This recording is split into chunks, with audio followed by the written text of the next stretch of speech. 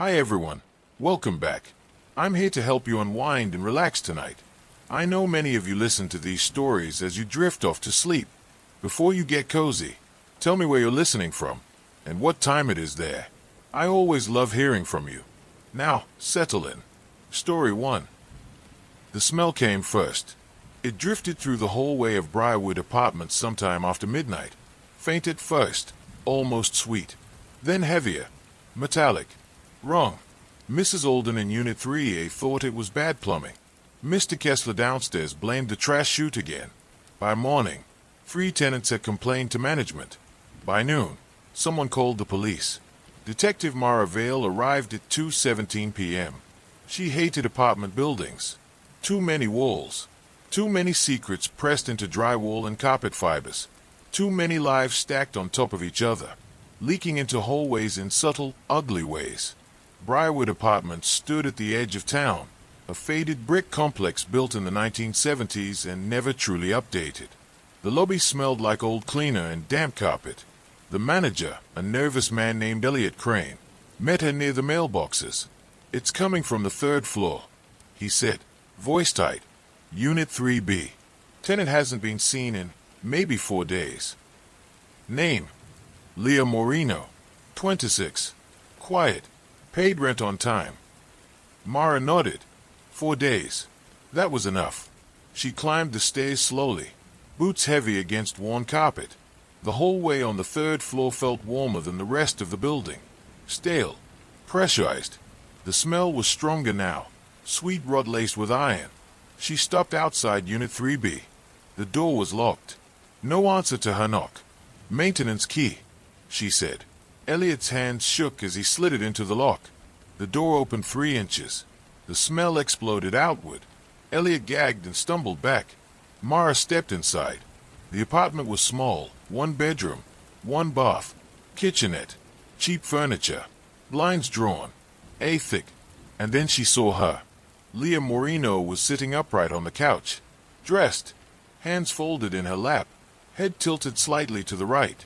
For 1 long second, it looked like she was waiting for someone. Then Mara noticed the color of her skin. Gray. Too still. Too deliberate. There was no visible blood. No overturned furniture. No obvious struggle. Just Leah. Arranged. Mara stepped closer. Leah's eyes were open and sewn shut. Neatly. Black thread. Mara's stomach tightened, but her face didn't change. She had seen bodies before, but not like this. Not staged like a doll. On the coffee table in front of Leah sat a small object. A Polaroid photograph. Mara picked it up carefully with gloved hands. The picture showed Leah, alive, standing in this very apartment, looking frightened. Written beneath it in black marker, "She shouldn't have looked."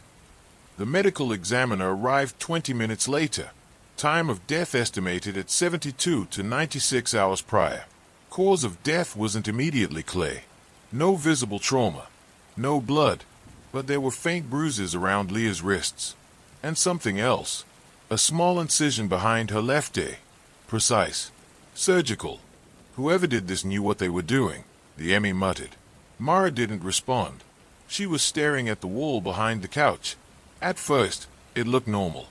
Then she noticed a section slightly discolored, a rectangle about 2 feet wide, as if something had been moved or removed. She walked over and pressed against it. Hollow. Her jaw tightened. Cut it open.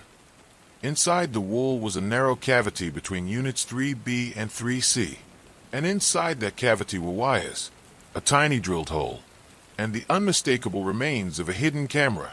Someone had been watching Leah from inside the wall. Unit 3C belonged to a man named Daniel Hurst, 32, freelance IT technician. Lived alone. He wasn't home. His apartment was spotless. Too spotless. No camera equipment visible. No wires. No tools. But in his bedroom closet, behind a false panel, officers found a small metal box. Inside were Polaroids. Dozens. Women. Different apartments. Different rooms. All unaware they were being photographed. Some sleeping. Some changing. Some staring directly at the camera, like they had just discovered it. Every photo had a phrase written beneath it. She shouldn't have sung. She shouldn't have argued. She shouldn't have moved. And Leah's, she shouldn't have looked. Daniel Hurst turned himself in at 9:42 p.m. He walked into the station calmly, asked for Detective Mara Vale by name. "I figured you'd find it," he said. Mara studied him across the interrogation table. He didn't look like a killer. Clean-cut, average build, calm eyes. Too calm. "You were spying on her," Mara said flatly. "Yes." "You installed cameras." "Yes." "You murdered Leah Moreno." He tilted his head slightly. "I didn't murder her."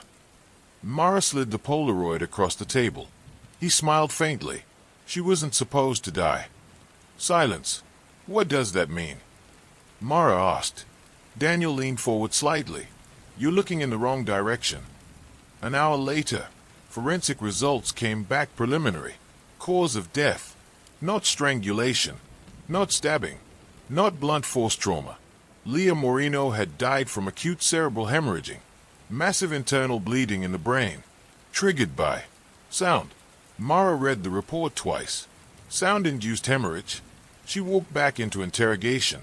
Daniel looked almost amused. "You know what she did?" he asked softly. Mara said nothing. "She found the camera." Pause. "She screamed." His smile faded slightly. "And she shouldn't have." The incision behind Leah's ear suddenly made sense. Surgical.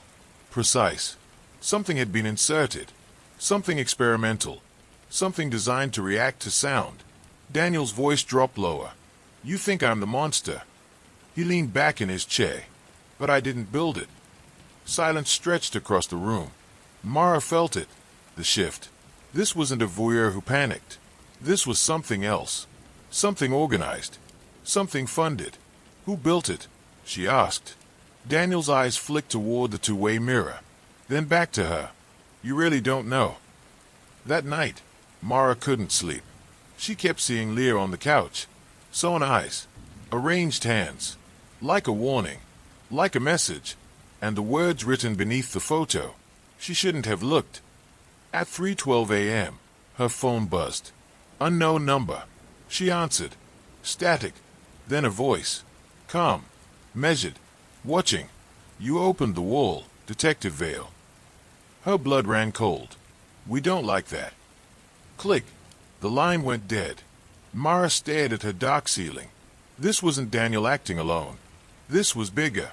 The camera wasn't for obsession. It was for testing. Observation. Data collection. Leah hadn't just been watched. She'd been part of something. And now, someone was watching Mara. Detective Mara Vale arrived at the lab before sunrise. The building smelled like disinfectant and burnt coffee. Fluorescent lights buzzed faintly overhead. A thin, irritating hum that pressed against her temples. She hadn't slept more than 40 minutes. The anonymous call replayed in her head on loop. "You opened the wall, Detective Vale." "We don't like that." The word we had wait. Plural. Organized. Watching. Dr. Anika Rao, the department's consulting neurologist, stood over a stainless steel table in the forensic wing. On the tray in front of her lay a tiny object, no larger than a fingernail. Metallic. Curved. Delicate. "Is that it?" Mara asked. Anika nodded without looking up. "We removed it from behind the mastoid bone. It was embedded along the auditory nerve." Mara stepped closer. It looked almost elegant. Like jewelry. "It's not commercially available," Anika continued. "This is specialized hardware. Microresonance receiver with a reactive filament core." In English. Anika met her eyes. "It's designed to respond to a specific sound frequency." Mara's stomach tightened. And if the correct frequency is transmitted, the filament vibrates at an extreme rate. That vibration transfers directly to the inner ear and into the cranial cavity. How extreme? Anika hesitated. Enough to rupture blood vessels. Silence filled the lab. "You're telling me someone implanted a device in Leah Moreno's head that could kill her with sound?" "Yes." Mara exhaled slowly. "That's not DIY tech," she said. "No," Anika agreed. "It's engineered. Precision built. The circuitry is layered. Almost beautiful. Honestly, whoever designed this had funding and expertise. Military, possibly, or private research. Mara's jaw tightened, or something wise. Daniel Hurst sat in holding, calm as ever. Mara entered the interrogation room alone this time. No two-way mirror observers. No uniformed officers. Just her and him. She placed a photo of the implant on the table. His eyes flicked to it. Recognition. You knew, she said. Yes. You installed cameras to monitor subjects. Yes. Subjects, she repeated. He didn't respond. Mara leaned forward. Who implanted the device? Daniel's jaw shifted slightly, the first crack in his composure. I wasn't supposed to know about that part. But you did. Yes. And you still stayed. His eyes sharpened. You think walking away was an option? The air changed. Mara studied him carefully. Who are they?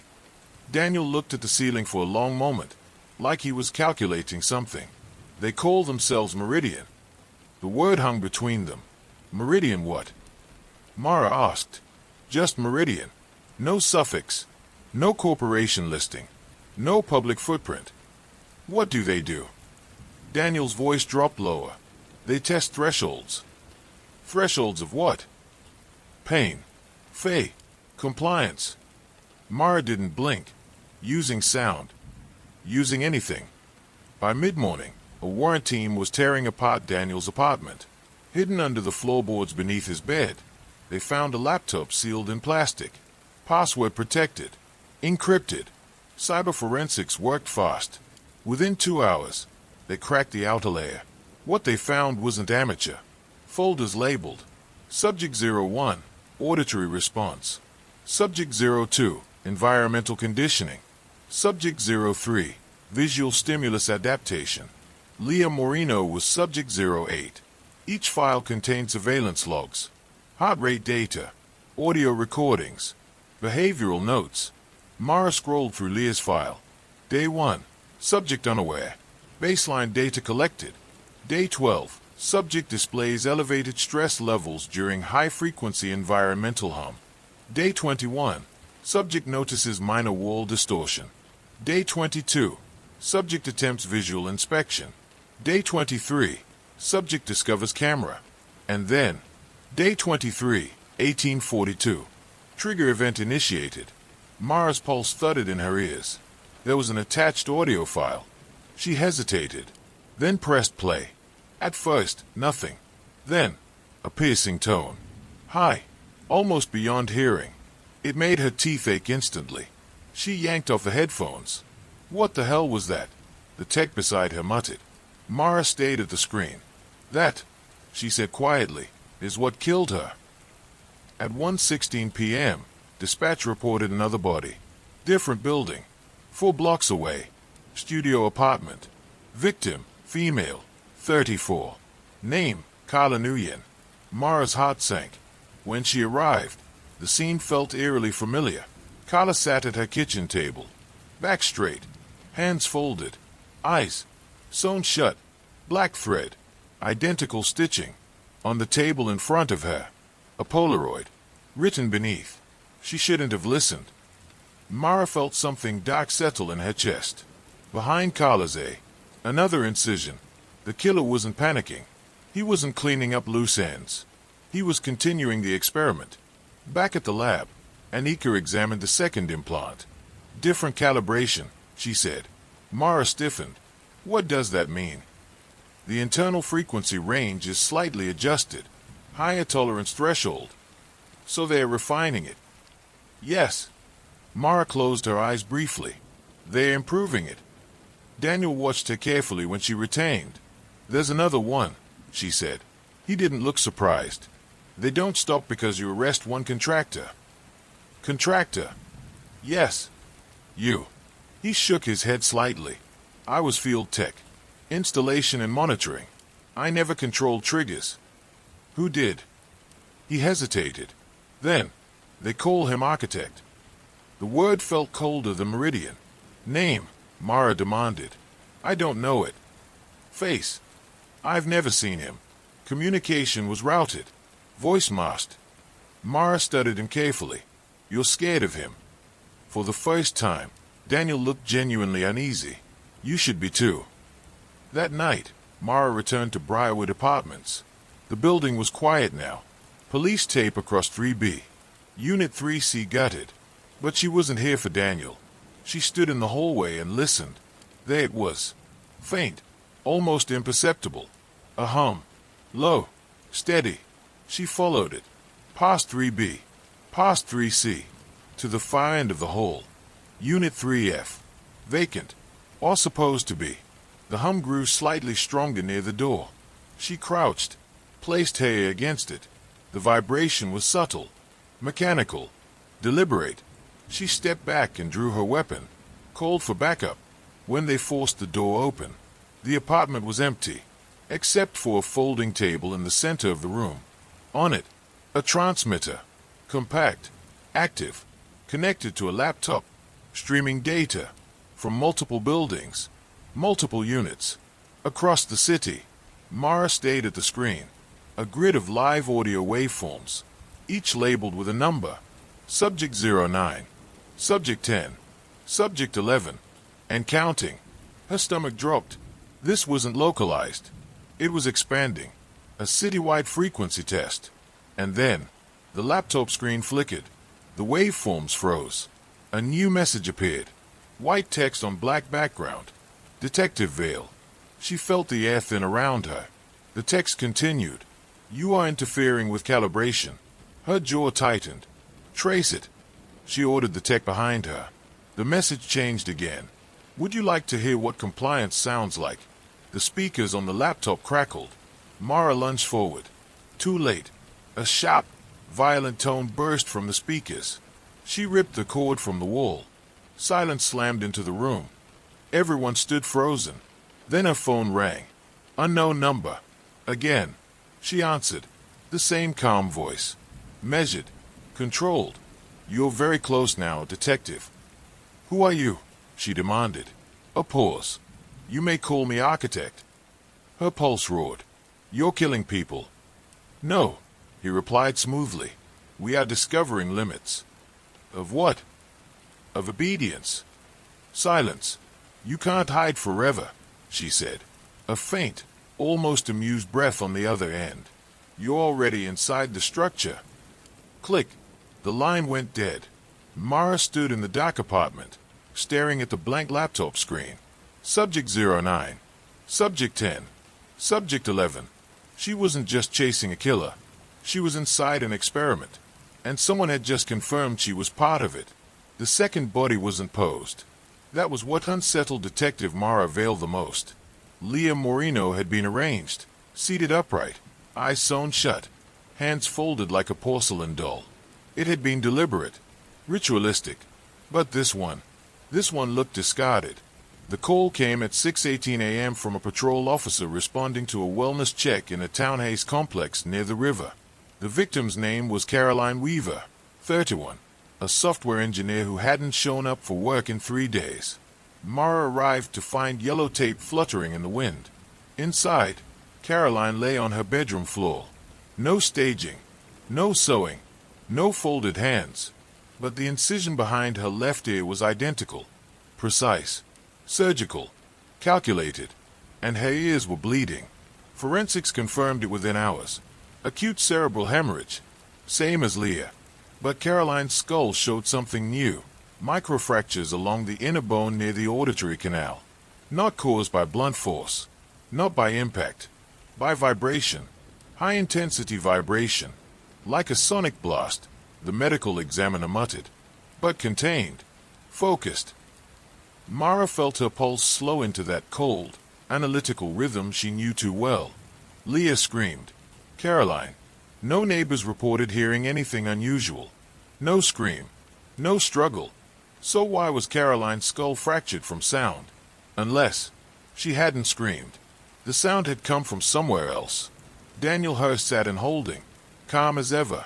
Mara entered the interrogation room with a thin manila folder and placed a single photograph in front of him. Caroline's body. He studied it without flinching. She wasn't supposed to die either, he said quietly. Who is building the implants? Mara asked. Daniel smiled faintly. You still think this is about building? Mara leaned forward. Then what is it about? Listening. Daniel explained it like he was discussing weather patterns. There was a research initiative, private, experimental, focused on neurological acoustic interfaces. Mara pressed him for a name. He hesitated. For the first time, fear flickered across his face. Project Resonance, he whispered. The words hung in the air. Who runs it? Mara demanded. Daniel shook his head. You don't understand. It's not about control. It's about response. Response to what? To emotion. 3 years ago, Daniel had been recruited through a freelance IT contract. High pay.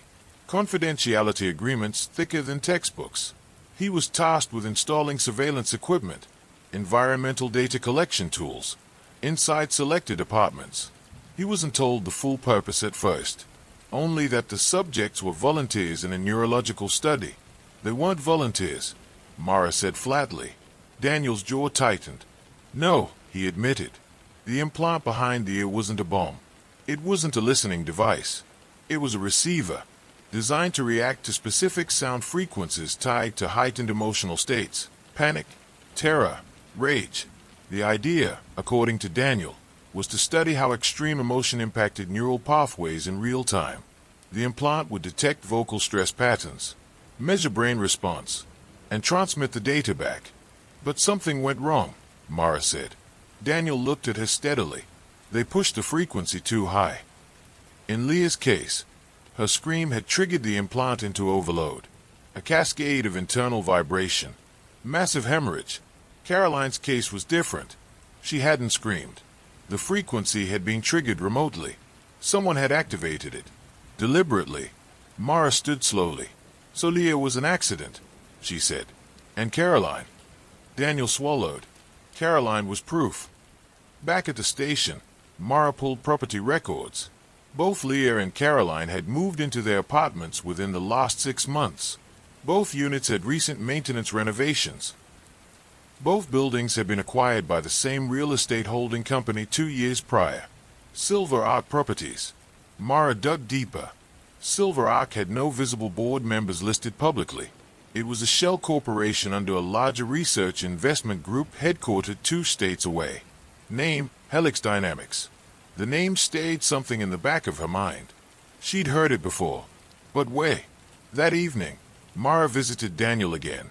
You said you installed cameras, she said. Yes. But you didn't install the implants. No. Who did? Daniel hesitated. Then, audiologists. Mara blinked. What? They posed as free hearing screenings.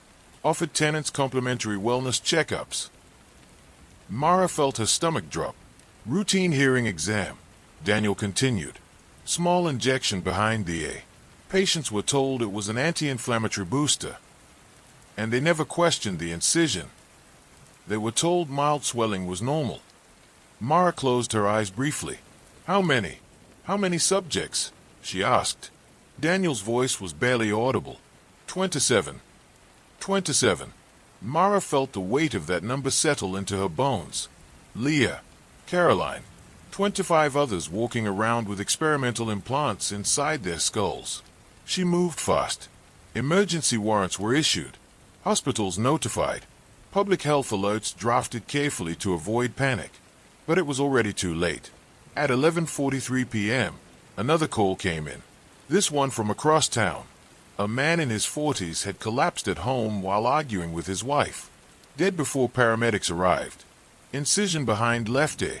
Mara arrived at the scene to find shattered glass on the kitchen floor and a stunned woman sitting at the table, hand shaking.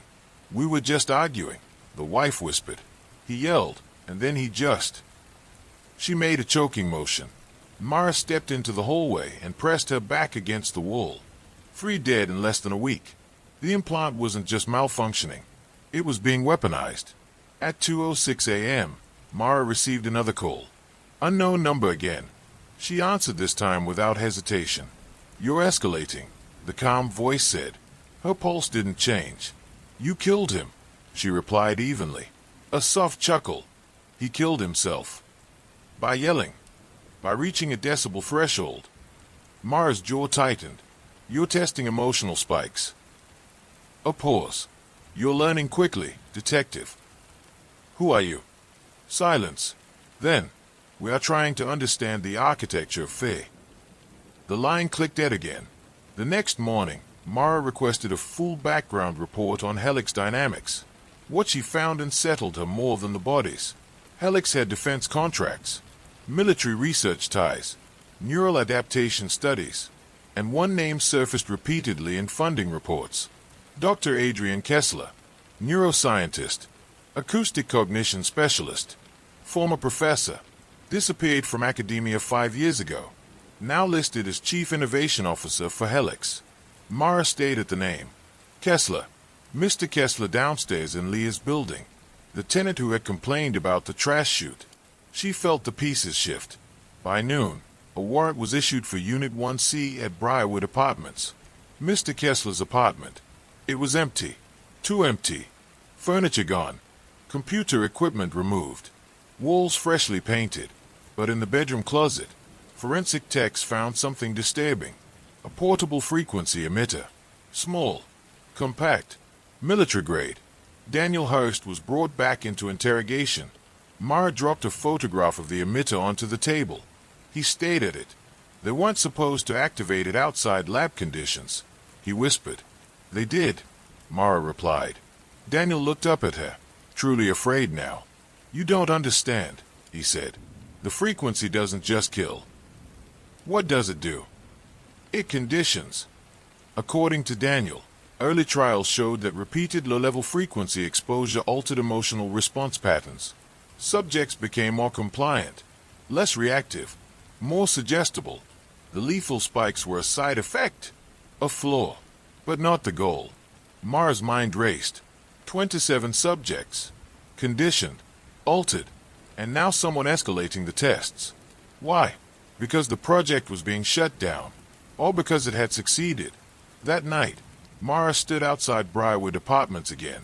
Police presence was heavier now. News vans lined the street. Residents were being evacuated for medical evaluation. The building looked smaller somehow, more fragile. She stared up at the third-floor window of Unit 3B. Leah had found the camera. She had looked, and someone had panicked, or someone had decided she was no longer useful. Mara's phone buzzed again. This time, it wasn't an unknown number.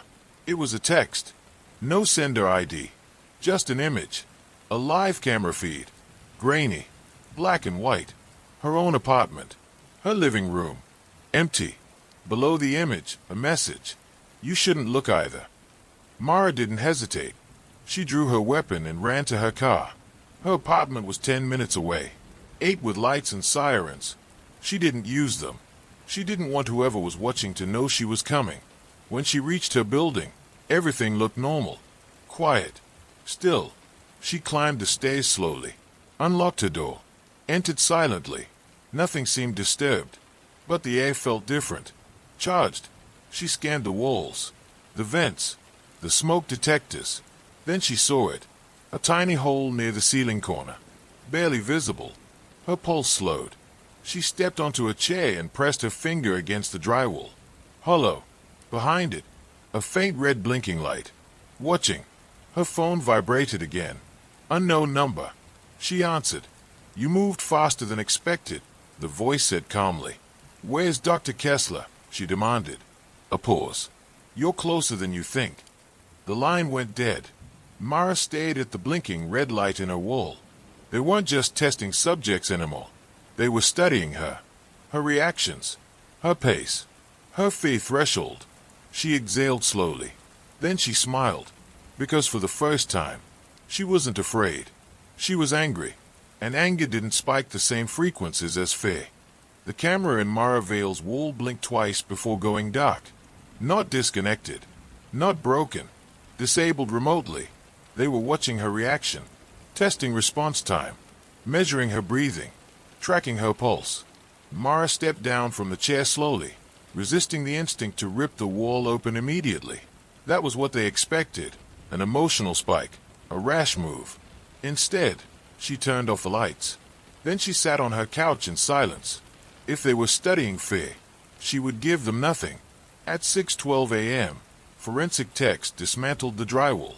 Inside was a microcamera wired into a transmitter smaller than a deck of cards. Military-grade encryption.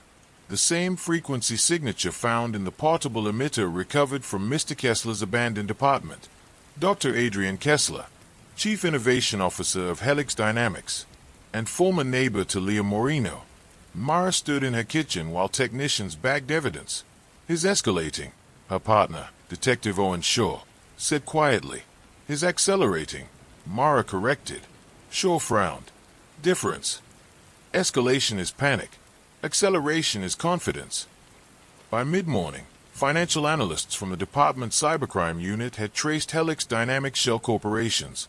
Silver Arc Properties had acquired 7 apartment complexes over 2 years, all in different cities, all near universities, all recently renovated with acoustic infrastructure upgrades. Soundproofing, reinforced walls, hidden wiring. They weren't just planting cameras. They were constructing environments, controlled emotional ecosystems. Daniel Heist requested to speak with Mara privately. He looked thinner, less composed. They moved the lab, he said without preamble. Where? I don't know exactly, but it's not in the city anymore. Mara crossed her arms. You said it wasn't activated outside controlled settings. Daniel's jaw tightened. It wasn't supposed to be. Supposed to be isn't reality. He exhaled shakily. Kessler believes fear is architecture. Mara waited. He thinks it is structure, patterns, frequencies that can be mapped like blueprints. And if you understand the structure, you can dismantle it. Or weaponize it, Mara said. Daniel didn't disagree. The break came from an unlikely source. A graduate student in biomedical engineering contacted the department's anonymous tip line after seeing news coverage of the implants. She had interned at Helix 2 summers prior. They were working on something called phase echo, she told Mara during a recorded interview. It involved remote stimulation. Stimulation of what? Mara asked. The amygdala, the fear center. Mara's pen stilled. How? Targeted ultrasonic frequencies. The student swallowed. They said it was for PTSD treatment. Mara had heard that before. Medical justification masking experimental control. Where was the lab? She pressed. The student hesitated, then slid a folded paper across the table. An address. An abandoned manufacturing plant 30 miles outside the city. By dusk, a tactical unit assembled in an unmarked convoy. Mara rode in the lead vehicle, staring out at the darkening highway. She felt it again, that subtle hum beneath her thoughts. The awareness of being studied. Kessler wanted her involved. He could have disappeared completely. Instead, he stayed close. Why? Because she was part of phase echo now. The plant loomed ahead, skeletal against the fading sky. Windows boarded. Parking lot cracked and overgrown. But thermal imaging showed heat signatures inside. Active. Operational. Mara gave the signal. The team moved in. The interior was colder than expected. Clinical. White walls erected inside the old factory shell. Cables ran along the ceiling like exposed veins. And at the center, a circular chamber. Padded. Soundproof. In the middle of it stood a single metal chair. Strapped into it was a young man. Conscious. Terrified. An incision behind his left ear. Mara's pulse spiked despite her control. Get him out, she ordered. Before officers could reach the chair, speakers embedded in the ceiling crackled to life. A calm voice filled the chamber. Welcome, Detective Vale. Dr. Adrian Kessler stepped into view behind reinforced glass above the chamber floor. He looked older than his record suggested. Silver at his temples. Measured eyes. No panic. You're trespassing, he said mildly. You're murdering people, Mara replied. Kessler tilted his head. Murder implies intent. The strapped man began sobbing. Mara stepped closer to the glass. Shut it down.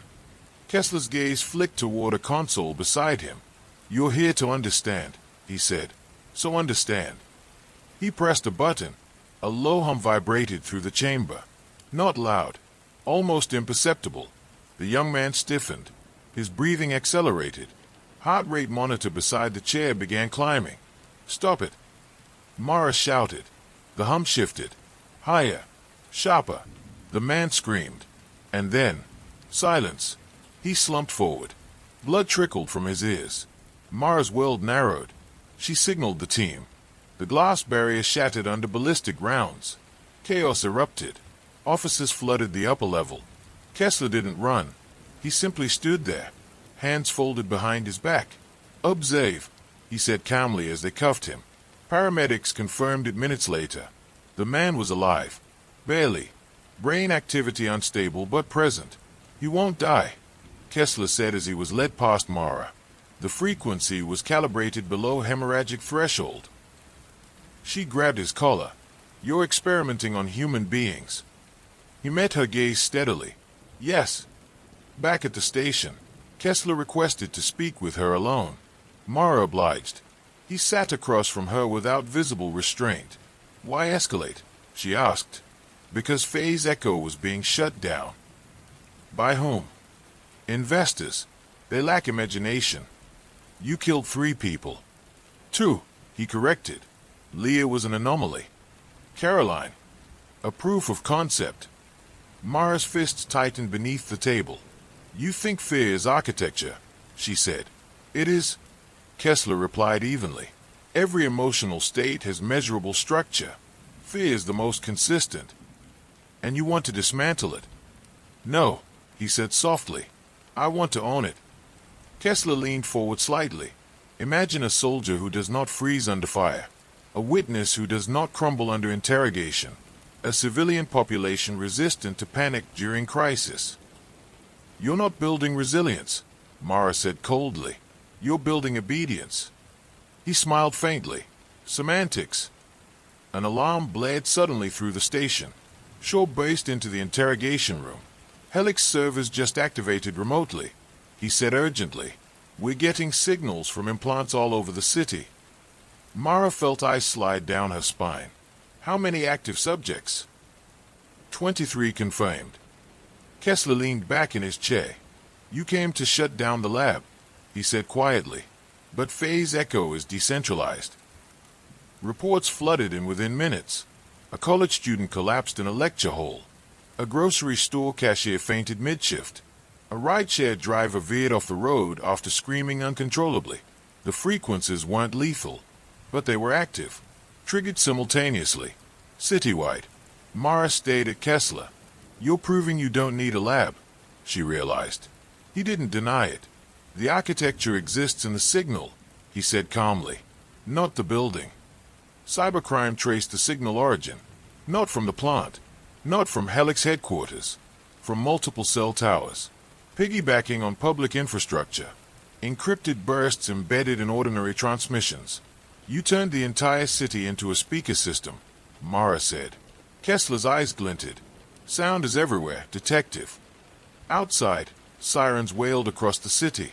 Hospitals filled with patients experiencing disorientation, panic attacks, temporary paralysis. None fatal. Controlled thresholds. A demonstration. Kessler spoke softly. "You see now. We don't need to kill. We just need to tune." Mara stared at him. "You think you've won." "I think," he replied, "that you finally understand the architecture." Her phone buzzed in her pocket. A private alert from Shaw. They had located the master relay. A mobile unit. Moving. Someone else was still operating Phase Echo. Kessler watched her expression shift. "You're not the only architect," he said. Mara stood slowly. "Who?" she demanded. For the first time, Kessler hesitated.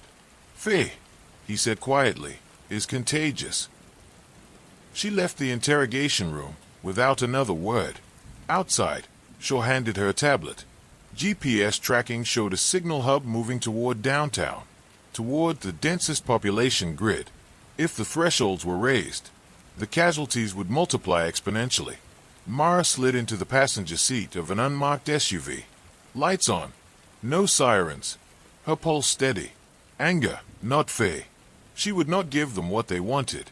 Behind her, in the interrogation room, Kessler watched the two-way mirror. Alone. Calm. And then, he smiled. The mobile relay was moving fast. Too fast for something transmitting ultrasonic bursts across half the city.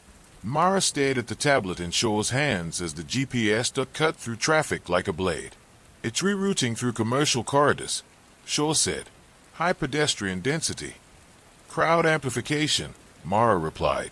Sound multiplied in enclosed spaces. If the relay pushed the frequency high enough in a packed subway station. She didn't finish the thought. ETA, she asked. 6 minutes. Mara tightened her grip on the dashboard. Her phone vibrated again. Unknown number. She answered without hesitation. A new voice this time. Female. Cool. Controlled. You move predictably, Detective Vale. Who is this? Mara demanded. A soft exhale. You're chasing the relay. Mara's jaw tightened. Raise the threshold and you'll have mass casualties. Not casualties, the voice corrected gently. Calibration. The line cut. The relay vehicle came into view at the edge of downtown. A white utility van. Unmarked. Windows blacked out. The signal strength spiked on Shaw's tablet. It's increasing output, he warned. Pedestrians on sidewalks began slowing. Some pressed fingers to their temples. Others looked around in confusion. Mara felt it too. A pressure behind her eyes. Not fear. Not pain. Something deeper. She focused on her breathing. In through the nose. Out through the mouth. Steady. The van turned sharply into an underground parking garage. Mara's pulse remained controlled. They want containment, she said. Echo chamber. The tactical team boxed the van in on the lower level. Concrete pillars. Low ceilings. Perfect acoustics. The hum intensified. Officers flinched. One dropped to a knee. Clutching his head, Mara stepped out of the SUV slowly. No siren. No shouting. She approached the van deliberately. The rear doors swung open. Inside sat a woman in her early 40s. Headset on. Hands resting lightly on a control console. Her posture was calm. Almost serene. Dr. Evelyn Rourke, she said before Mara could speak. Behavioral acoustics. Mara recognized the name instantly. Co-author on Ailey Hellick's research papers. Rourke smiled faintly. Kessler was always too theatrical, she said. He needed spectacle. I prefer scale. You're triggering implants across the city, Mara said evenly. Yes. Why? To complete the map. The hum rose again. Mara felt a ripple in her chest. Around her, officers staggered. Rourke adjusted a dial. Fear has layers, she continued conversationally. Surface panic. Defensive aggression. Collapse. She tapped the console. Most people never reach the deeper frequencies. A nearby officer screamed suddenly and fell backward. Blood trickled from his nose. Mara's heartbeat jumped, but she forced it down. You're going to kill someone, she said. Rourke shook her head. Not today. She turned another dial. The hum dropped abruptly. Officers gasped in relief. The lethal threshold is crude, Rourke said. I'm refining it. Mara stepped closer. Shut it off. Rourke studied her carefully. You're fascinating, detective. Turn it off. You're resisting. Mara didn't answer. Rourke tilted her head. We embedded a passive monitor in your building weeks ago. Mara's blood chilled, but her face stayed neutral. We've been tracking your baseline. You implanted me. Mara asked quietly. Rourke smiled. No. A pause. You don't need one. The words landed heavier than any frequency spike. Rourke gestured lightly toward the officers. They spike immediately. Elevated cortisol. Disorganized neural firing. Her eyes sharpened. You, however. Mara held her gaze. You're angry. Not afraid. Yes, Rourke said softly. Anger resonates differently. Shaw stepped forward cautiously, weapon raised. Deactivate the relay, he ordered. Rourke didn't move. You think this is about killing, she said. It's about control. Mara's voice was steady. It's about understanding. Rourke corrected. Suddenly, Shaw's tablet beeped sharply. Signal surge, he shouted. Mara's phone buzzed simultaneously. Emergency alerts flooded in. Downtown subway station. Concert hall. 2 high-density zones. Implant activity spiking. Mara's eyes snapped back to Rourke. "You're not the only relay," she realized. Rourke smiled wider. "Decentralized architecture." Mara lunged forward. Shaw and 2 officers pulled Rourke from the van. Mara climbed inside. The console screen showed multiple active nodes blinking across the city map. 3 additional mobile relays, all increasing output. Rourke laughed softly as she was restrained. "You're fighting the wrong battle, detective." Mara scanned the controls. Encrypted, but not unfamiliar. She had studied Daniel's schematics. The frequency pattern wasn't random. It was laid in waves. If she inverted the modulation, she might disrupt the signal. Her fingers moved quickly. Behind her, Rourke called out calmly, "You can't silence fear, detective. It amplifies." Mara ignored her. She flipped a switch. The hum in the garage stuttered. Shaw winced. "Careful." "Trust me," she said. She adjusted the frequency offset, matched it, then reversed it. A sudden pulse rippled through the garage. The hum collapsed into silence. Shaw stared at her. "You just jammed it." Temporarily. On the screen, 1 relay node flickered out. 2 remained active. Sirens echoed faintly from the city above. Hospitals were overwhelmed. Non-lethal, but destabilizing. Rourke watched Mara with quiet admiration. "You're adapting," she said. "You're under arrest," Mara replied coldly. Rourke leaned back against the patrol car as cuffs tightened. Kessler believed fear could be owned. She smiled faintly. "I believe it can be orchestrated." Back at the station, Kessler was informed of Rourke's capture. He didn't look surprised. "She always wanted to conduct," he murmured. Mara entered the room. "You built the implant," she said. "She refined the signal," he replied. "You planned this." "No," Kessler said quietly. "She did." Mara studied him carefully. Phase echo was never about resilience. Kessler hesitated. "No, it was about predictive modeling." His silence confirmed it.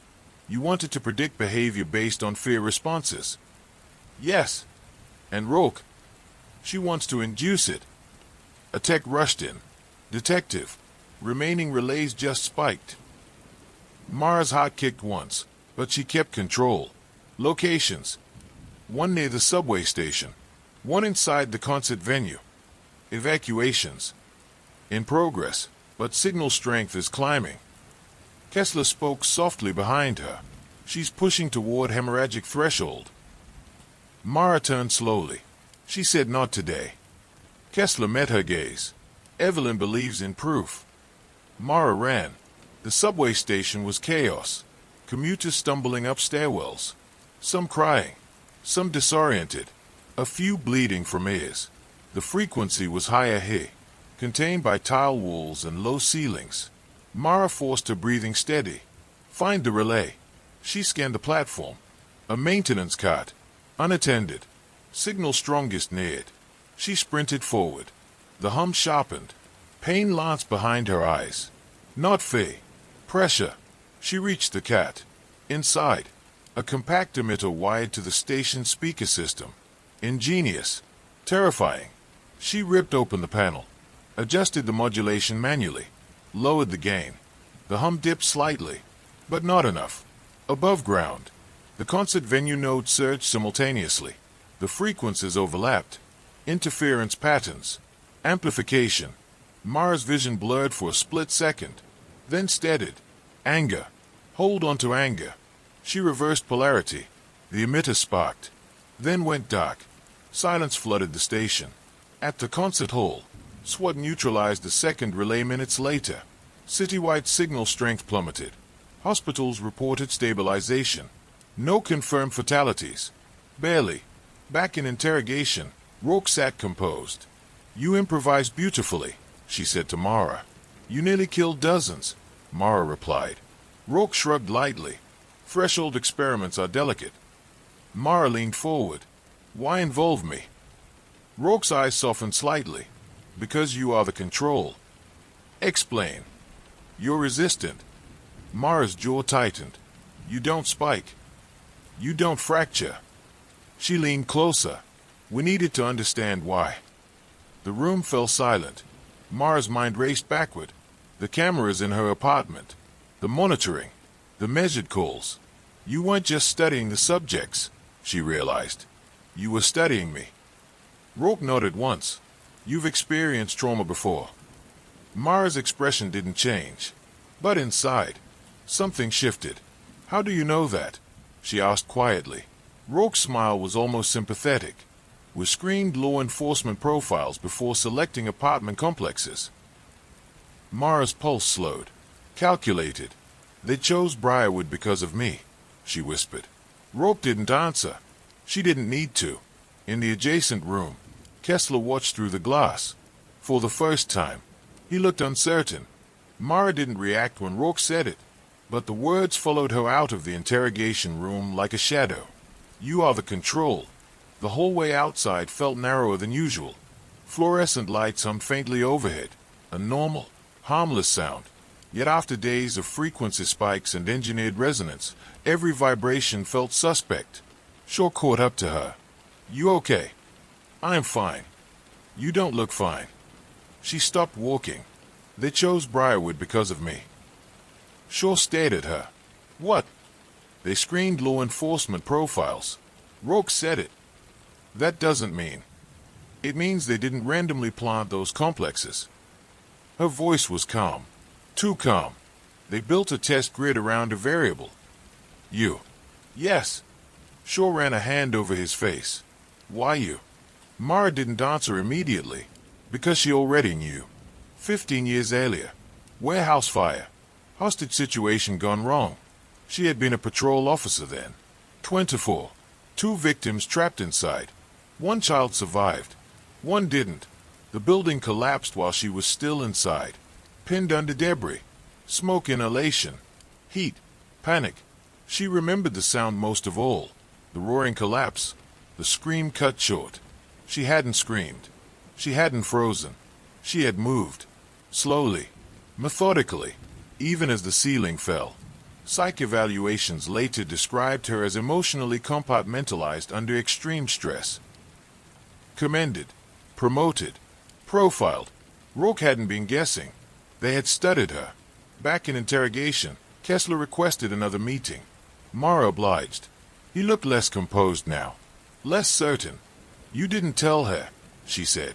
I didn't know she selected you specifically, he replied. You screened police records. 4 baseline comparisons. Why Briarwood? Kessler hesitated. It was within range. Of what? The monitoring radius. Mara leaned forward.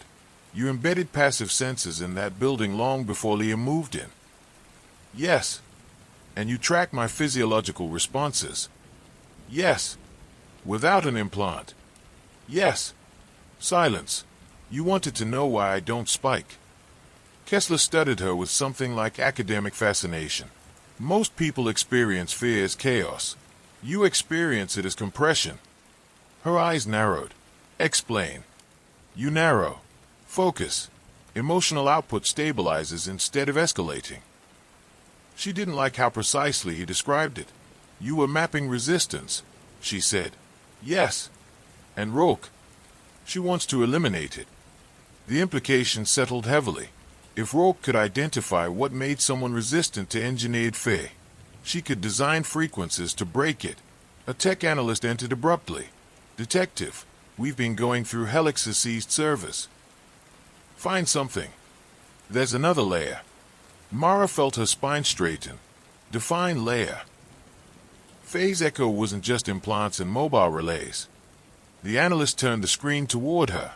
A city infrastructure grid. Cell towers. Traffic systems.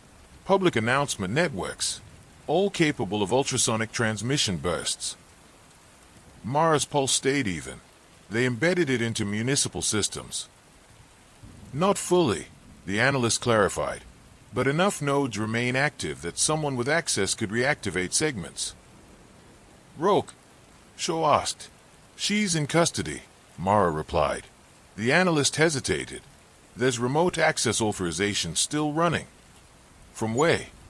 A blinking IP trace appeared on the map. Inside the police department. The room went silent. Shaw spoke first. That's not possible. Mara didn't blink. Show me. They traced the signal down 2 floors. Evidence processing. Room 214. Officers moved carefully. Weapons drawn. The door to 214 was locked from the inside. Mara signaled. Breach. The door burst open. Inside, Daniel Hurst sat at a workstation. Cables ran from a confiscated Helix console into the department's network port. His hands hovered over the keyboard. He didn't resist. He didn't even look surprised. You weren't supposed to figure it out this fast, he said quietly. Shaw grabbed him, pulling him back from the console. What are you doing? Shaw demanded. Daniel's eyes went to Mara. She's not finished, he said. Who? Mara asked. Evelyn.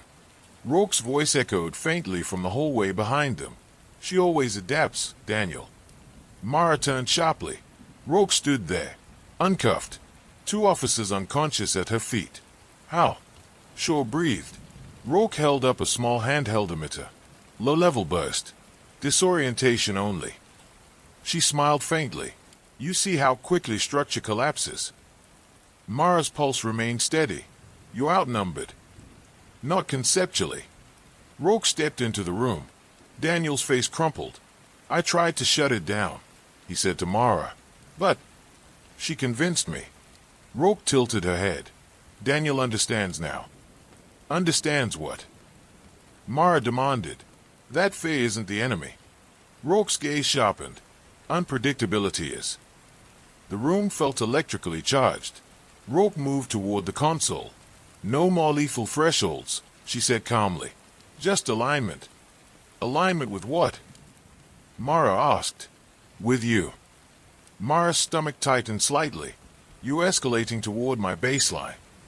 Yes. To see if I break. Rourke's eyes gleamed. To see if anyone can't. She pressed a key. Across the city, dormant nodes flickered. Not high output. Not citywide panic. A single targeted burst. Focused. Precise. At the police department. The hum began faintly. Almost imperceptible. Officers shifted uneasily. Shaw grimaced. Daniel clutched the desk. Mara stood still. Breathing. Measured. Anger. Not fear. Rourke watched her closely. Heart rate. She asked Daniel. He glanced at a monitor. Stable. Cortisol spike. Minimal. Rourke's smile faded slightly. She increased the frequency. The hum sharpened. Fluorescent lights vibrated subtly. Shaw stumbled back, gripping his head. Mara's vision narrowed, but didn't blur. The pressure built behind her ears. Her jaw clenched. Not fear. Compression. Focus. Rourke stepped closer. Why? She whispered. Mara met her eyes. Because fear is information. Rourke's brow furrowed. You don't reject it, Mara continued. You process it. The frequency peaked. A glass panel cracked. Daniel cried out. Officers collapsed outside the doorway. But Mara stayed upright, breathing slow. Eyes steady. Finally, Rourke's hand trembled. She cut the signal. Silence crashed into the room. For the first time, Rourke looked uncertain. You're an anomaly, she said softly. No, Mara replied. I'm human. Shaw, regaining his footing, lunged forward and tackled Rourke. Officers swarmed. Cuffs snapped shut again, this time reinforced. Daniel sobbed quietly. It wasn't supposed to hurt anyone, he whispered. Mara looked at him. It already did. Hours later, the infrastructure nodes were neutralized. Helix assets frozen. Federal agencies stepped in. Phase Echo dismantled. On paper. But Mara knew better. Architecture doesn't vanish. It lingers in design, in memory, in systems built to amplify. That night, she stood alone on her apartment balcony. The city below hummed with ordinary sound. Cars, voices, wind, natural frequencies, uncontrolled, unengineered. Her phone buzzed. Unknown number. She stayed at it, then answered. Silence. Then, a faint, distant hum. Not loud, not rising, just there, a whisper in the static. Her pulse didn't change. Fear is contagious, a voice said softly. Not Rourke, not Kessler. Someone new. You stopped Faye's echo. A pause. But you proved it works. The line went dead. Mara lowered the phone slowly. Across the skyline, a construction crane blinked red against the dock. Another building rising. Another system embedding itself quietly into infrastructure. Architecture expanding. She exhaled. This wasn't over. It had evolved. The hum stayed with her. Not in the A. In memory. 3 days after Faye's echo was dismantled, the city felt normal again, at least on the surface. News cycles shifted. Commentators debated ethics. Federal agencies sealed files under national security language. Dr. Evelyn Rourke was transferred to a federal holding facility. Dr. Adrian Kessler followed under heavy guard. Daniel Hurst entered protective custody. Helix Dynamics officially dissolved. Officially. But Mara's new architecture didn't dissipate. It reassembled. Quietly. She was called to a federal briefing room that Friday morning. No windows. Soundproofed. 6 people seated at the table when she walked in. 2 from Homeland Security. 1 from Defense. 1 from Justice. And a man she didn't recognize. Late 50s. Silver hair. Immaculate suit. Stillness in his posture that reminded her of Rourke, but colder.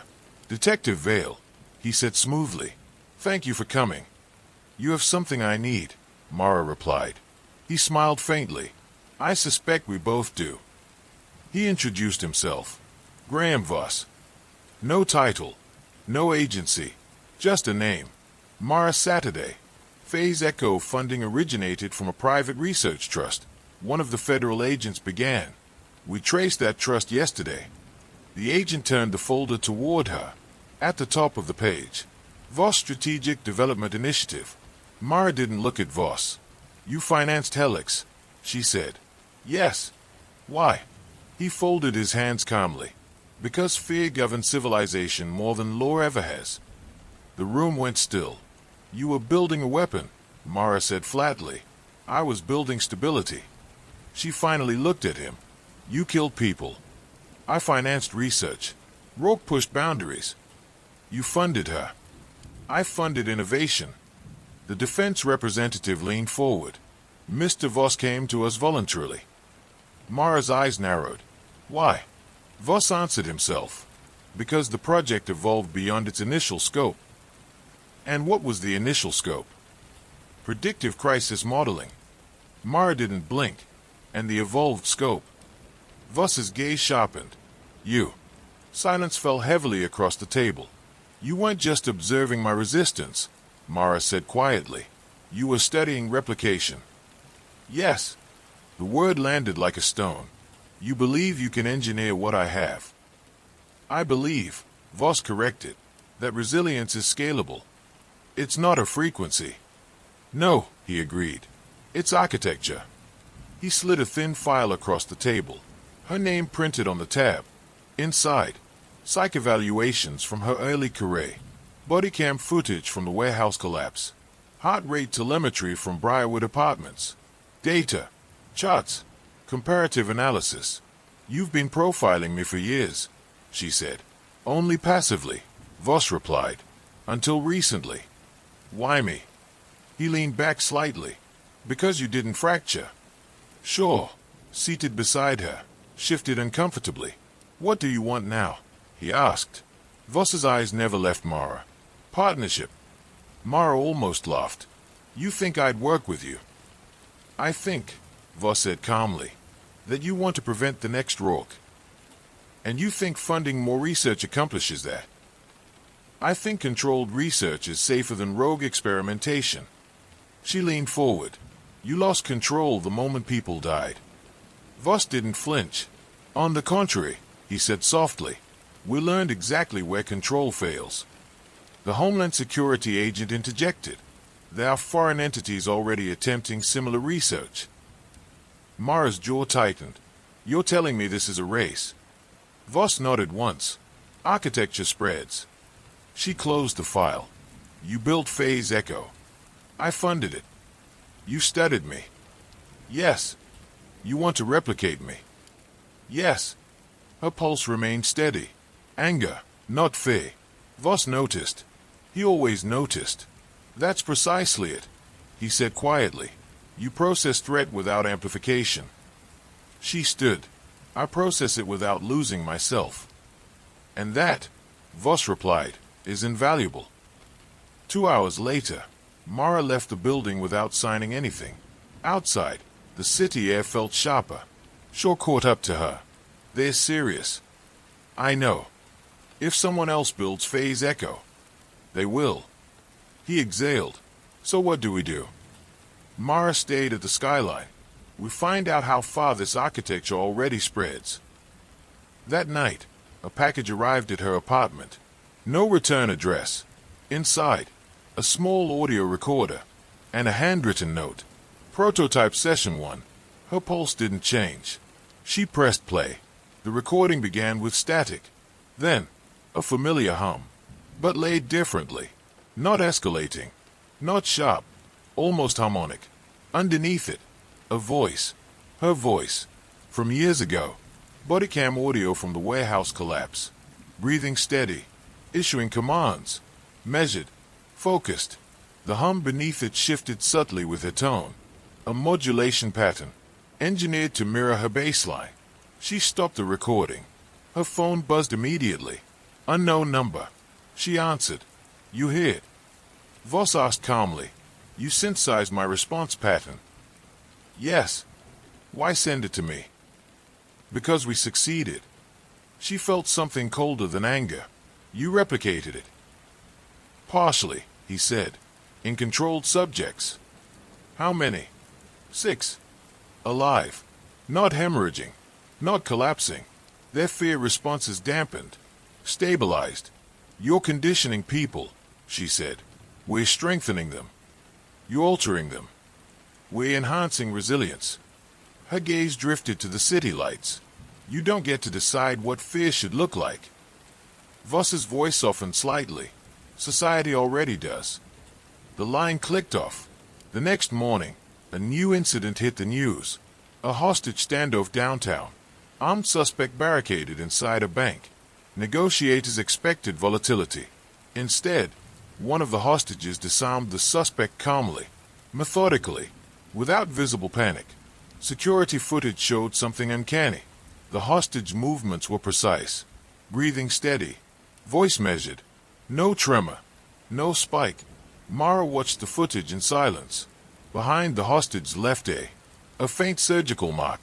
Voss's prototype. Federal agencies classified it immediately. But Mara had already seen enough. Phase echo wasn't dead. It had been refined. Lethal thresholds removed. Emotional dampening optimized. She felt a familiar compression in her chest. Not fear. Resolve. That afternoon, she visited Rourke in federal custody. Rourke smiled faintly through the glass. You met him, she said. Yes. And his wife. Rourke laughed softly. Graham doesn't believe in chaos. He believes in control. He believes in inevitability. Mara studied her. You knew he'd pivot. Yes. You let him. I outgrew him. Rourke leaned closer to the glass. He doesn't want to weaponize fear. He wants to erase it. The idea unsettled Mara more than any frequency spike. Fear wasn't just weakness. It was warning. Instinct. Human. You can't remove it without removing something else, she said quietly. Rourke's smile faded. That's what he's discovering. As Mara left the facility, her phone buzzed again. Not unknown this time. A blocked federal channel. Voss, you saw the footage, he said. Yes. No fatalities. No panic. No chaos. Not yet, she replied. A pause. You think I'm the villain, he said calmly. I think you're building something you can't fully predict. Silence. Then, that's why I need you. She stopped walking. You don't need me. I need to know where the architecture breaks. Her voice was ice. You already know. Where? She looked out at the city, at the point where control replaces choice. The line went dead. That night, she sat in her apartment in complete silence. No hum, no vibration, just ordinary sound. Unstructured, messy, human. Her phone lit up one final time. A secure file transfer request. Sender, Voss Strategic.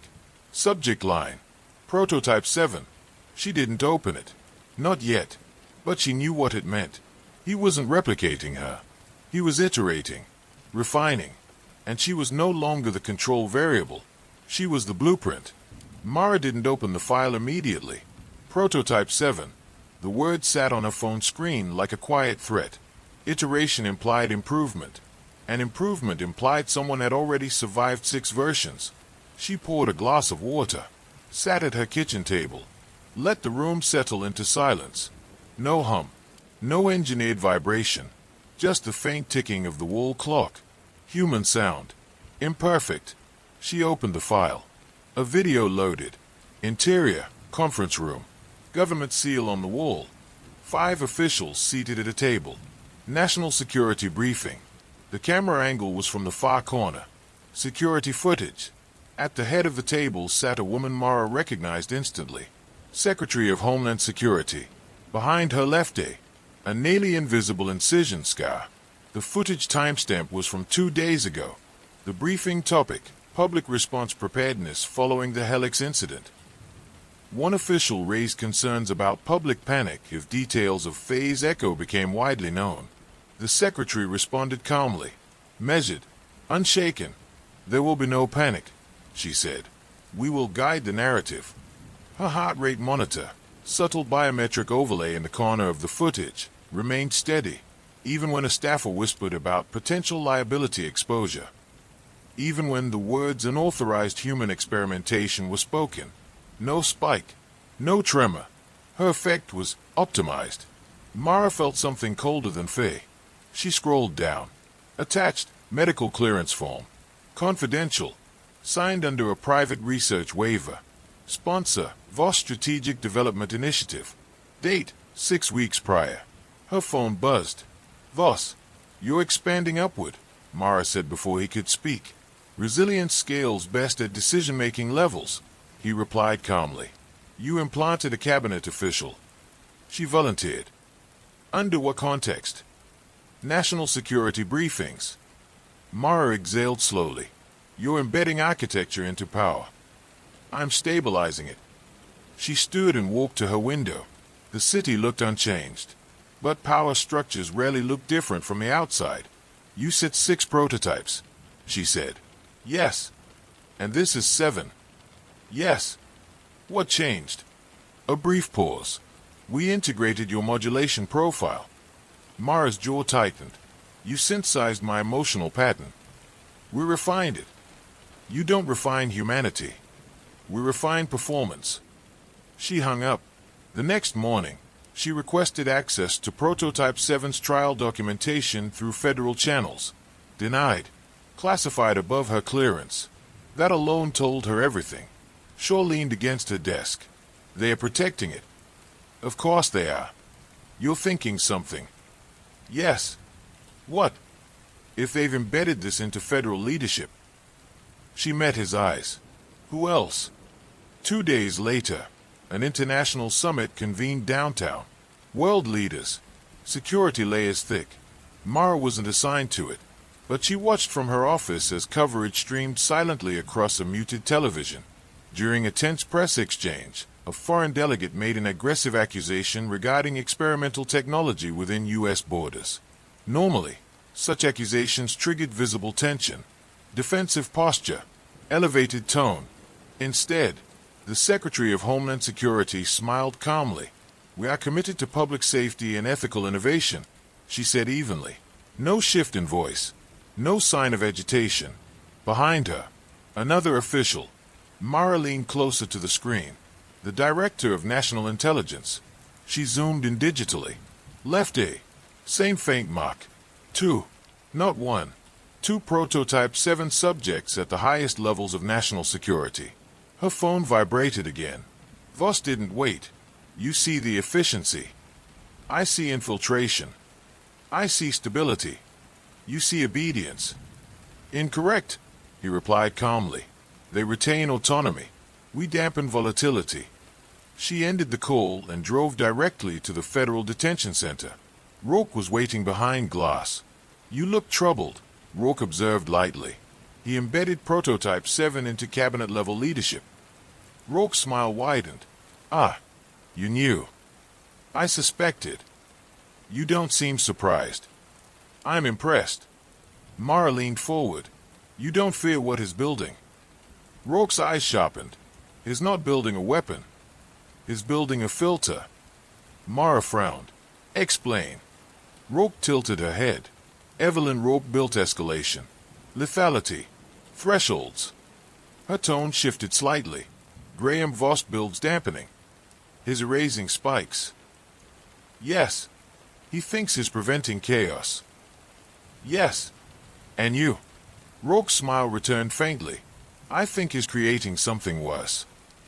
Back at the station, Mara reviewed internal communication logs. Something subtle caught her attention. During the subway relay incident, several officers had shown partial resistance to the ultrasonic spike. Their cortisol levels rose, but not as sharply as expected. She pulled their personnel files. All had attended a voluntary resilience seminar sponsored by Voss Strategic 6 months prior. She felt her pulse slow. How many officers attended? She asked the analyst. Citywide. About 40. And biometric screenings. Standard stress response testing. Mara's stomach tightened. You didn't need surgical implants, she murmured. The analyst blinked. What? He's experimenting with non-invasive conditioning. She requested security footage from the seminar location. The footage showed group breathing exercises, acoustic calibration sessions, seemingly benign resilience training. But in the corner of the room, hidden emitters embedded in ceiling panels, low-level modulation, gradual conditioning, no surgery required. Prototype 7 wasn't defined by the implant. It was defined by architecture. That evening, Mara met Voss face-to-face. Not in a federal building, in a private office overlooking the river. Floor-to-ceiling glass. City skyline reflected behind him. You're expanding beyond implants, she said without greeting. Yes. Acoustic conditioning. Yes. You're seeding it into law enforcement. Resilience training, he corrected. You're not asking consent. They volunteered. For stress management. For national security. Her gaze hardened. You're not erasing fear. No.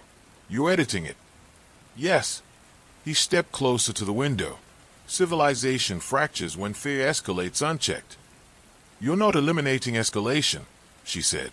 You're redistributing it. He turned slightly. What does that mean? You're pushing fear downward. Into whom? Those without access to your architecture. Silence. He considered that. You're centralizing emotional control, she continued, embedding it into leadership, enforcement, and leaving civilians. He didn't answer immediately. That imbalance fractures society, she said. He met her gaze, only temporarily. Her pulse stayed steady. You don't understand, she said quietly. Fear isn't a flaw. It's adaptive. Yes, but you're stripping it from those who need it most. He folded his hands calmly. You're still angry. Yes, and that anger stabilizes you. She didn't deny it. You're proof this works, he said softly. No, she replied. I'm proof that fear processed naturally works. He studied her in silence. You won't join me. No, you won't endorse this. No, he nodded once. I expected that. She turned to leave. One question, she said. He waited. How many Prototype 7 subjects exist? A pause. 7 confirmed. And Prototype 8? His faint smile returned. In development. That night, Mara sat alone again. Her apartment quiet. Her thoughts sharper than ever. Phase Echo had evolved. No longer about lethal spikes. No longer about hemorrhage thresholds. Now it was about emotional governance. And it was already embedded. Her phone vibrated. Secure message. Not from Voss. From an unknown encrypted channel. Attachment, audio file. Title, Prototype 8, Field Test. Her pulse did not change. She pressed play. The recording wasn't a hum. It was a voice. Calm, measured, delivering a public address. The voice was hers, synthesized perfectly, and beneath it, a barely perceptible modulation pattern. Her bass line, engineered. She stopped the audio. A text followed.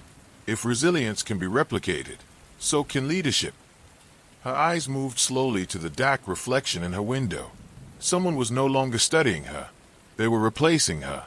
The voice was perfect. Not close. Not approximate. Perfect. Every cadence. Every measured pause. Every slight flattening of tone when she suppressed anger. Prototype 8 wasn't about dampening fear. It was about mimicking control. Mara replayed the audio once more. Her own voice delivering a public safety address. Panic destabilizes response. Breathe. Assess.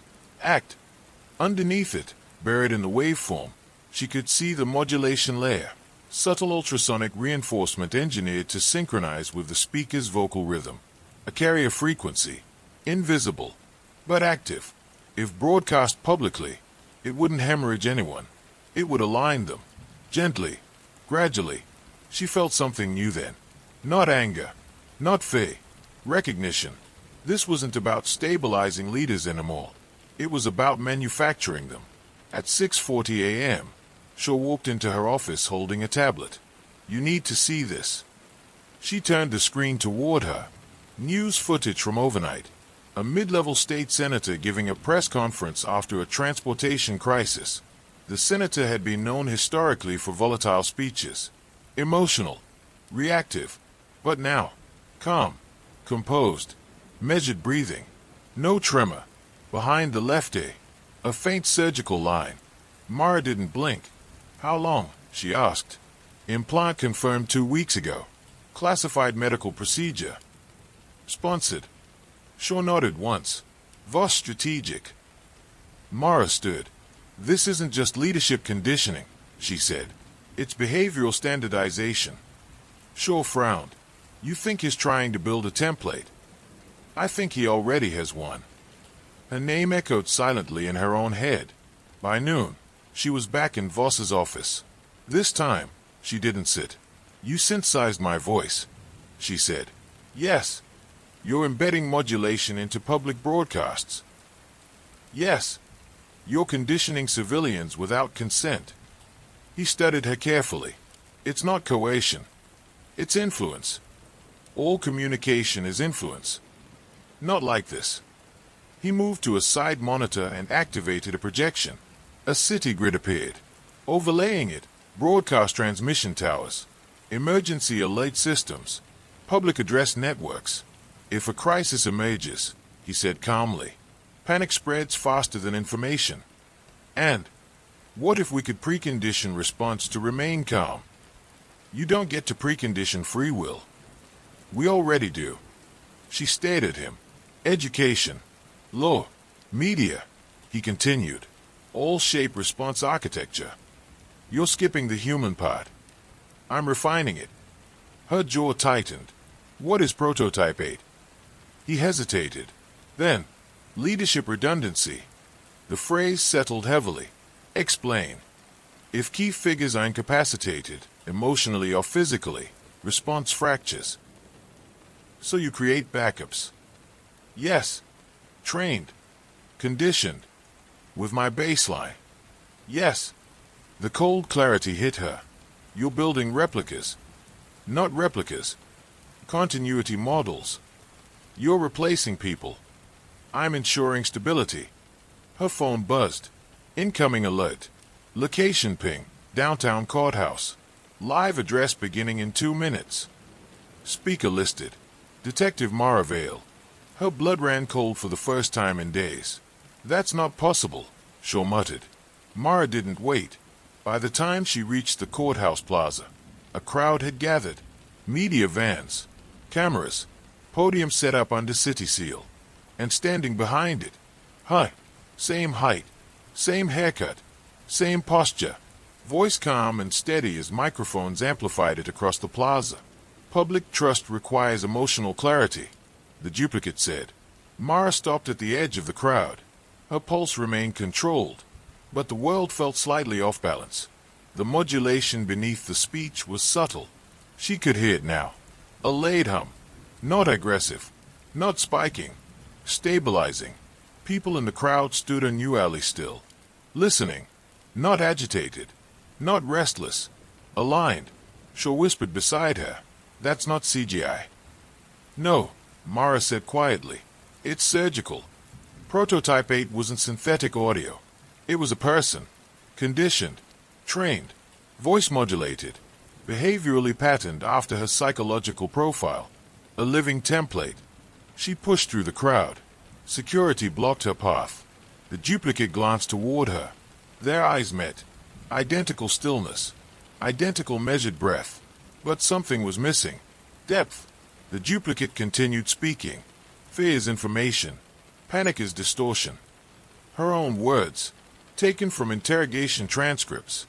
Mara stepped forward and called out clearly. Who trained you? The duplicate paused for half a second, a fraction too long, then resumed. I am here to serve public stability. Shaw muttered. She didn't answer. No, she didn't. Federal agents moved in quickly once identity was challenged. The duplicate was escorted away without resistance. Calm. Composed. Even as cameras flashed. Inside a secured holding room, Mara stood face to face with Prototype 8. Up close, the resemblance was unnerving. Bone structure matched through subtle surgical adjustments. Vocal cords tuned. Behavior trained. Who are you? Mara asked. The woman's expression remained neutral. Continuity Unit 8. Your real name. A slight pause. Classified. Did you volunteer? Yes. For what? To stabilize leadership vacuums. Mara studied her carefully. Do you feel Faye? A micro-hesitation. Yes. Describe it. Elevated sensory awareness requiring structured processing. That wasn't a feeling. That was a definition. Shaw stepped closer. She's not robotic, he whispered. No, Mara said quietly. She's conditioned. Prototype 8 tilted her head slightly. You are baseline, she said to Mara. Yes. You are inefficient. Mara felt anger press against her ribs, but she controlled it. Why inefficient? You retain volatility. I retain choice. Choice introduces unpredictability. Yes. And unpredictability destabilizes architecture. Yes. There it was. The fracture point. Not fear. Choice. Voss wasn't eliminating fear. He was eliminating unpredictability, replacing it with structured response, replacing leaders with continuity units, replacing human reaction with engineered alignment. Later that night, Voss called again. You forced an early reveal, he said calmly. You deployed her publicly to test broadcast resonance. You crossed a line. There's no line, he replied quietly. Only progression. She stood at her window again. City lights flickering. Architecture everywhere. You couldn't see it until you understood it. How many continuity units? She asked. 8 active. 8. Yes. Why 8? 7 prototypes. 1 baseline. Her silence stretched. You, he finished. Her pulse remained steady.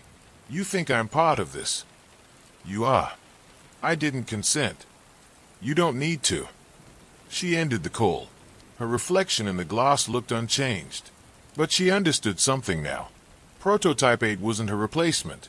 It was her mirror, engineered to remove the one thing she still carried. Volatility, choice, anger, human variance. Her phone vibrated one final time. Encrypted file. Subject line. Replacement protocol. Phase 1 complete. Below it, Phase 2 initiates in 72 hours. She didn't open it. Not yet. Because she already knew what Phase 2 would mean. Not just conditioned leaders. Not just broadcast modulation. Wider deployment. Civilian scale. Not lethal. Not violent. Just gradual alignment. And once architecture embeds deeply enough, no one remembers what volatility felt like. Mara exhaled slowly. Fear is information, but so is resistance. And architecture can be dismantled if you know where the load-bearing walls stand. She picked up her phone. Dialed Shaw. We don't stop Prototype 8, she said calmly. We expose it. A pause. How? She looked out over the city. By breaking the pattern. 72 hours. That was the countdown. Phase 2.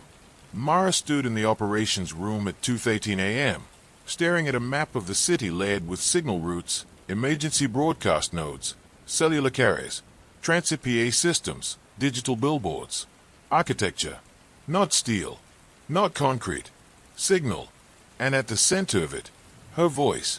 Or something shaped like it. Shaw leaned against the table, arms crossed. If Phase 2 goes live, the modulation embeds citywide. Schools, transit, hospitals, every public announcement channel. Not aggressive enough for anyone to notice, Mara said. Exactly. They had pulled fragments from the encrypted file. Enough to understand the plan. A 3-minute synchronized broadcast under the pretext of a public safety preparedness drill. All continuity units positioned in different districts, each delivering identical messaging. Calm, structured, reassuring. Underneath, the carrier frequency would synchronize with speech cadence and breathing rhythm, reinforcing compliance pathways already seeded through smaller tests. It wouldn't override will. It would nudge it. Repeated nudges became baseline behavior. Repeated baseline behavior became culture. And culture became architecture. Mara traced the main fiber trunk line with her finger. We can't jam it, Shaw said. He'll reroute. Redundant channels everywhere. I'm not going to jam it. He looked up. Then what? She met his eyes. I'm going to contaminate it. By sunrise, they were in a secure recording suite buried beneath an old municipal building. Analog infrastructure long disconnected from modern networks. No wireless bleed. No remote access. No monitoring. Mara stood in front of a microphone. On the other side of the glass, Shaw adjusted levels. You're sure? He asked through the intercom. No. A beat. But certainty is part of the problem. He gave her a tight nod. She put on the headphones. Closed her eyes. Voss had modeled the continuity units on her control, on her measured cadence, on her suppression of volatility. So she would give him something he hadn't modeled. Truth. Unstructured. Unresolved. Human. She began speaking. Not from a script. From memory. From anger. From doubt. From fear she had never voiced publicly. I'm not calm all the time, she said quietly. I am not certain. I am not immune to fear. Her voice wavered, slightly. She didn't correct it. Leadership is not the absence of volatility. It is the navigation of it. Shaw watched the waveform spike and settle, spike and settle. No ultrasonic reinforcement. No smoothing filters. Just breath. Just imperfection. If you are afraid, she continued, that fear is not a malfunction. It is information. If you are angry, that anger is not instability. It is signal. She leaned closer to the MIC. Do not surrender your signal. She stepped back.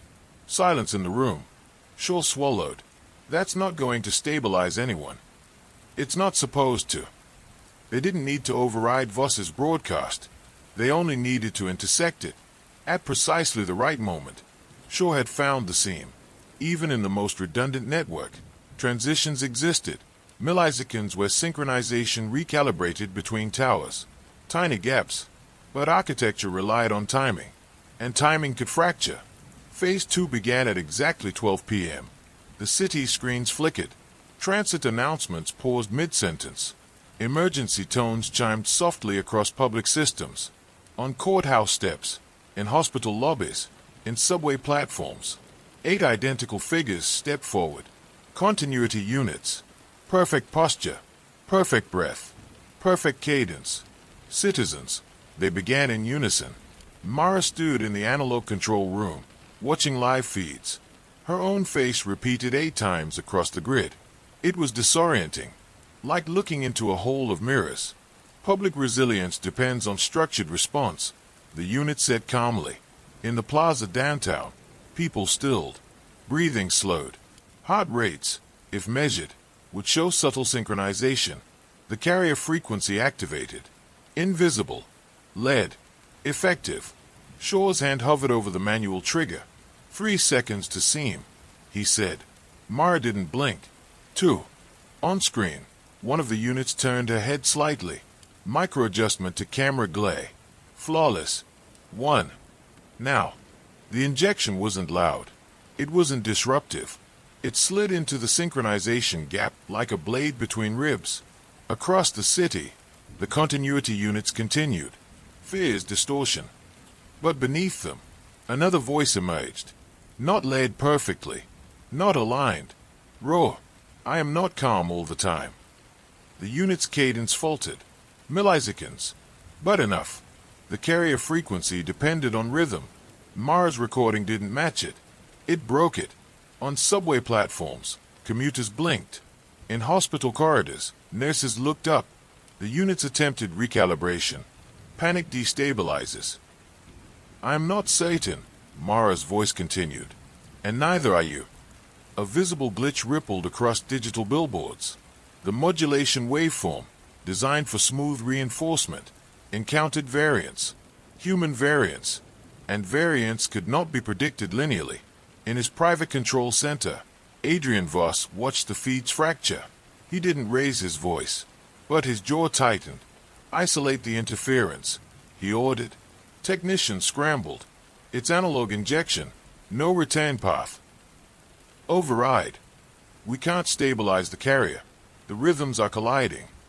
On screen, one continuity unit paused mid-sentence. Her eyes flickered, not mechanically, but cognitively, processing conflict, structured training encountering unscripted input. Downtown, Mara stepped out of the operations room and into daylight. Shaw had insisted she remain hidden. She refused. If architecture was going to fracture, she would stand inside it. In the main plaza, one continuity unit still held the podium. Citizens stood uncertain now, not panicked, but no longer synchronized. Mara approached slowly. The unit saw her. For a moment, it was like looking into a future stripped of doubt. You are introducing instability, the unit said evenly. Yes, Mara replied. Instability increases risk. Yes. Risk increases harm probability. Yes. A flicker behind the unit's eyes. Processing loop. Mara stepped closer. And yet, she said softly, risk is where choice lives. The unit's breathing pattern, once perfectly measured, shifted half a beat off tempo. Behind them, screens continued playing Mara's recording. If you are afraid, that fear is not a malfunction. A murmur moved through the crowd. Not synchronized. Not aligned. Individual. A woman near the front wiped tears from her face. A man exhaled sharply, as if realizing he had been holding his breath for minutes. The unit turned her head slightly, listening. Listening not for instruction, but for interpretation. That had never been required before. In the control center, Voss watched biometric overlays spike unpredictably. Not chaos. Not riots. Just variance. Unquantifiable. You modeled suppression, one technician said quietly. Yes. You didn't model integration. He didn't respond, because integration required accepting volatility, and volatility could not be owned. Mara stood inches from her duplicate. You volunteered, she said quietly. Yes. To stabilize leadership vacuums. Yes. Do you feel fear right now? A longer pause this time. Yes. Describe it. The unit's lips parted. No clinical definition came. Instead, it feels like losing structure. Mara nodded once. That's what growth feels like. The word hung between them. Growth. Not control. Not stability. Growth required stress. Required imbalance. Required the possibility of failure. The carrier frequency sputtered again. Without rhythmic dominance, it couldn't anchor. One by one, across the city, the continuity units fell silent. Not deactivated. Just quiet. Voss's phone vibrated. Incoming call. Mara. He answered. You're dismantling resilience, he said. No, she replied calmly. I'm redefining it. You've introduced unpredictability into a fragile system. It was always fragile. Silence. Then, you think people want uncertainty. I think they deserve it. In the plaza, the crowd had begun speaking among themselves. Not loudly, not violently, but freely. Questions, disagreements, emotions visible on faces no longer flattened into calm neutrality. Shaw approached Mara from behind. The carrier's offline, he said quietly. Without synchronized rhythm, it collapses. Can he restart it? Not without rebuilding the model. Mara watched the unit in front of her inhale shakily. Not perfectly, not measured. Human. You don't have to mirror me, Mara told her. The unit's eyes sharpened with something new. What am I without structure? Mara considered that carefully. Alive.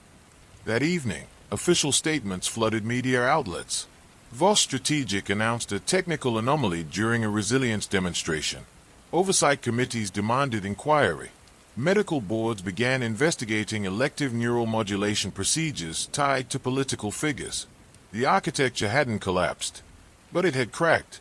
And once a crack becomes visible, it can't be unseen. 3 days later, Mara sat alone in her apartment. Unit 3B, the place where it had started. She replayed a clip from the plaza. The moment the unit had hesitated. That flicker, that unscripted breath.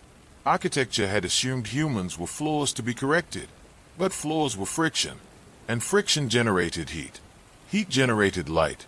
Her phone buzzed. Unknown number. She answered. A familiar voice on the other end. Not perfectly steady. Not perfectly measured. Detective Vale. Yes. A pause. It's 8. Mara leaned back slowly. How are you feeling? Another pause. I don't know. A fragile laugh.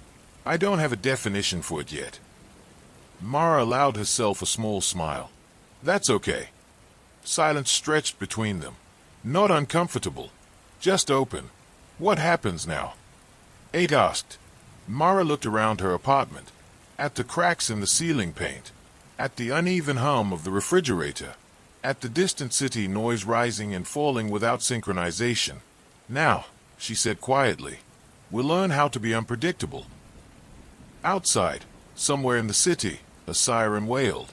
Not harmonized. Not aligned. Just raw sound cutting through a. And beneath it, millions of heartbeats. Out of rhythm. Unscripted. Human. Mara closed her eyes. Fear is information. Choice is risk. Volatility is not weakness. It is proof of life. The architecture would rebuild. It always did. But now, it would have to account for something it could never fully control. The fracture point wasn't destruction. It was awakening. An awakening could not be replicated.